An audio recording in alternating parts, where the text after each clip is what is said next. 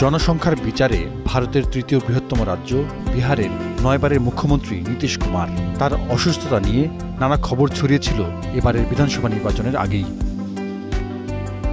বার্ধক্যজনিত কারণে 75 বছর বয়সী নীতিশ হয়তো আগের মতো শুক্র রাজনীতিতে থাকবেন না, সে গুঞ্জন ভাসছিল বিহারের বাতাসে।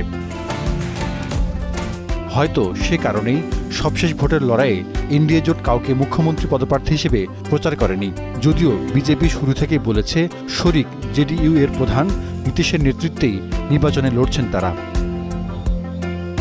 ভোটের ফলাফলে ঐতিহাসিক জয়ের পরও বিহারের পরবর্তী মুখ্যমন্ত্রী কে হচ্ছেন তা নিয়ে জল্পনা চলছিলই।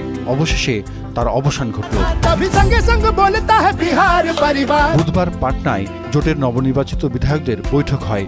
সেখানেই সর্বসম্মতিক্রমে এনডিএ জোটের বিধান পরিষদীয় দলের নেতা নির্বাচিত হন প্রখা রাজনীতিবিদ নীতিশ কুমার। এতে পরিষ্কার হয় 10তম বার মুখ্যমন্ত্রীর কুর্সিতে বসছেন নীতিশ কুমার। বিহারে এবারের বিধানসভা নির্বাচনে 243 আসনের মধ্যে 202টিতে জয় পায় এনডিএ জোট। জোটের দুই শরিক বিজেপি 89 এবং জেডিইউ 85 আসন পায়। অন্যদিকে বিরোধী জোটের ঝুলিতে পড়ে মাত্র 35টি আসন। বৃহস্পতিবার পাটনার গান্ধী ময়দানে অনুষ্ঠিত হবে শপথ গ্রহণ। যোগ দিতে পারেন ভারতের প্রধানমন্ত্রী নরেন্দ্র মোদী। হাই প্রোফাইল শপথ গ্রহণ অনুষ্ঠানে উপস্থিত থাকতে পারেন কেন্দ্রীয় স্বরাষ্ট্রমন্ত্রী অমিত শাহ ছাড়াও বিজেপি শাসিত রাজ্যগুলোর মুখ্যমন্ত্রীরা। Jahidur Rahman, star news.